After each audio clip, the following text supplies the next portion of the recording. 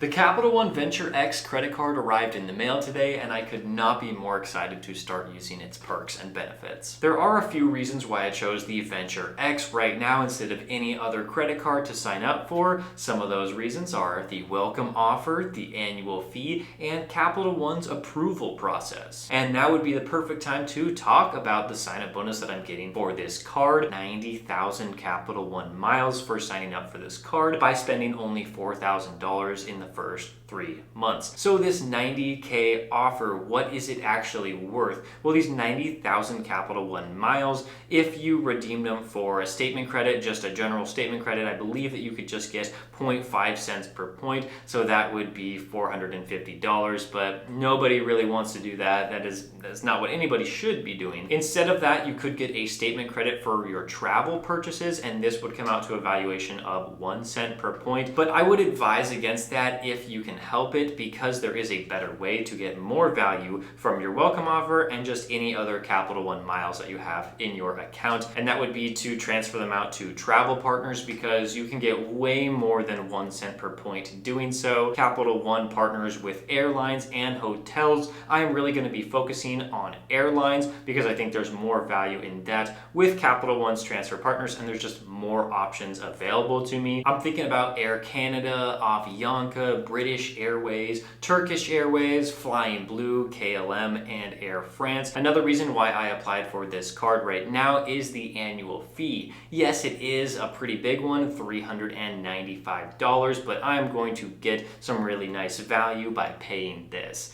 Number one is the $300 travel credit that Capital One gives you for travel purchases booked through their portal. The total that you pay at checkout is going to be whatever your expenses are for that trip, that hotel or flight, and then they will just subtract the $300 right there. Of course, you already had to pay the $395 annual fee, but it basically brings down that annual fee to $95 right there if you were already planning to book that trip anyway. My strategy for this is to find a hotel that I want to stay at, maybe multiple if the first one doesn't add up to $300, and use the travel credit that way. Again, I am going to take these trips anyway, and I want to price match. I want to compare the Capital One travel portal to places like booking.com or Agoda to make sure I'm getting a good price. And I do want to say that the Capital One travel portal is a lot better in my opinion from my limited research. I think it's better than the Chase travel portal and the American Express travel portal, because I think the prices are a lot more fair, and I think that they are very close to the market price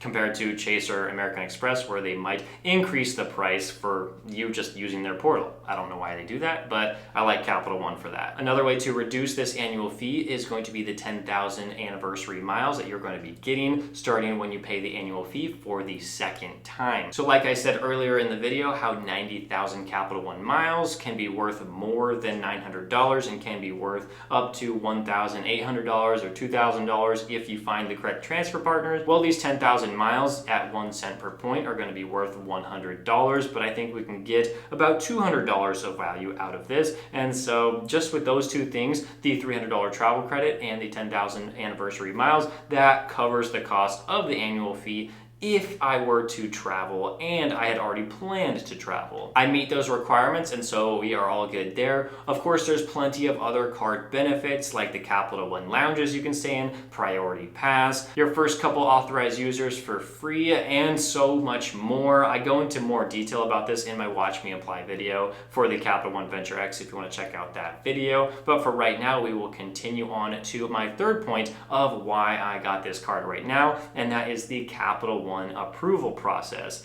Capital One doesn't really love people that are playing the credit card game like many of us. We are trying to sign up for a ton of cards to rack up welcome bonuses so that we can take trips a lot faster than if we just spent the money on our cards getting 2 times points, 3 times points on everyday purchases. If you get welcome offers, you can rack up points way faster, and Capital One doesn't really like that. They like people that don't have a ton of cards in their portfolio, and they usually like people that carry balances on their card from month to month, something that is not going to be what I'm doing. I don't pay a single cent in interest by holding credit cards, and that is one huge way to lose out on a ton of money, so I don't recommend anybody do that. but Capital One likes that type of person. And so I realized that I would need to apply for the Venture X as soon as possible before I get even more cards added to my wallet. So with that said, let's unbox this card. This card came in on a Thursday and my wife was approved on a Monday. So 3 business days right there. That is really fast. Not as fast as I received the American Express Platinum card, but certainly faster than a lot of other cards that I've received recently. So here we have the FedEx recyclable envelope here. It is a pretty big one, so why don't we open this up? Let's see.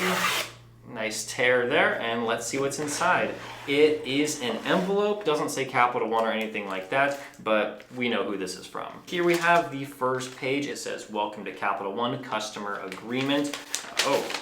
Oh, that folds out into a very long piece of paper. This is giving a bunch of definitions on like what a minimum payment is, what are the various fees. I'm not too interested in that. I guess Here is the Capital One Guide to Card Benefits. At the top it says it's a Visa Infinite card. Let's see what else we have in here. And I open it up. Oh, it's gonna fold out just like the other page. Oh, it even opens up bigger.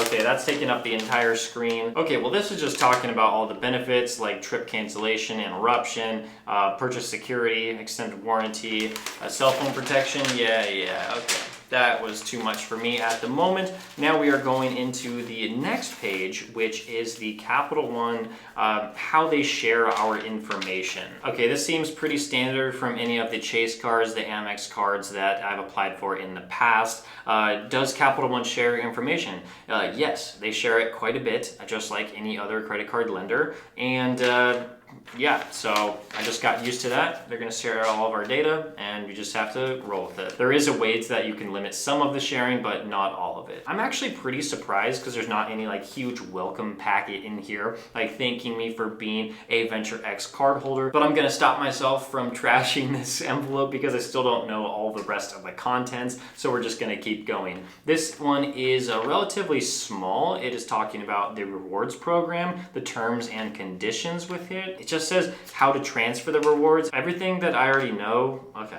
All right, well, now I'm gonna pull out this paper, which does have the card in it. I can tell because it is heavy. And I'm gonna show you the back of this paper first, and then I'll show you the front. It talks about the mobile app and how to get the most out of your card. I already have it downloaded, so we don't need to worry about that. And that's gonna do it from the back. Let's flip it over to the front. Might as well just take it out right now.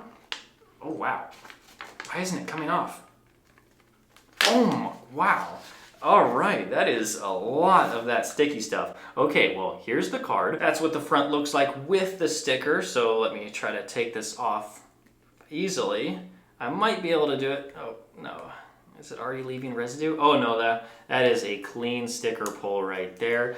Okay, so there we go. It does look, honestly, this is a lot darker than what I thought the card was going to look like. I thought that it was going to be some sort of like lighter blue, closer to the Sapphire Preferred from Chase. Actually, let me take that out right now so I can compare the colors. I have ordered them from lightest to darkest. We have the Chase Freedom Flex up here. We have the Chase Business Preferred. We have the Chase Sapphire Preferred, and then the Capital One Venture X. The Capital One Venture X is darker blue than all 3 of these. I mean, it's not a comparison to all cards out there, but just for the Chase cards in my wallet, I thought it was a fun comparison. As I flip the card over to the back, let me cover up some of that information. There's really not a whole lot there. I don't even know where it says Capital One or anything like that. I don't think it does. So, I mean, if I can get that to focus, you'll see that the only thing there really is the Visa logo, and then there's really not much else at all. There's a giant empty space on the bottom. I don't know exactly what that's for. Maybe they just wanted it to look a little bit cleaner with less information.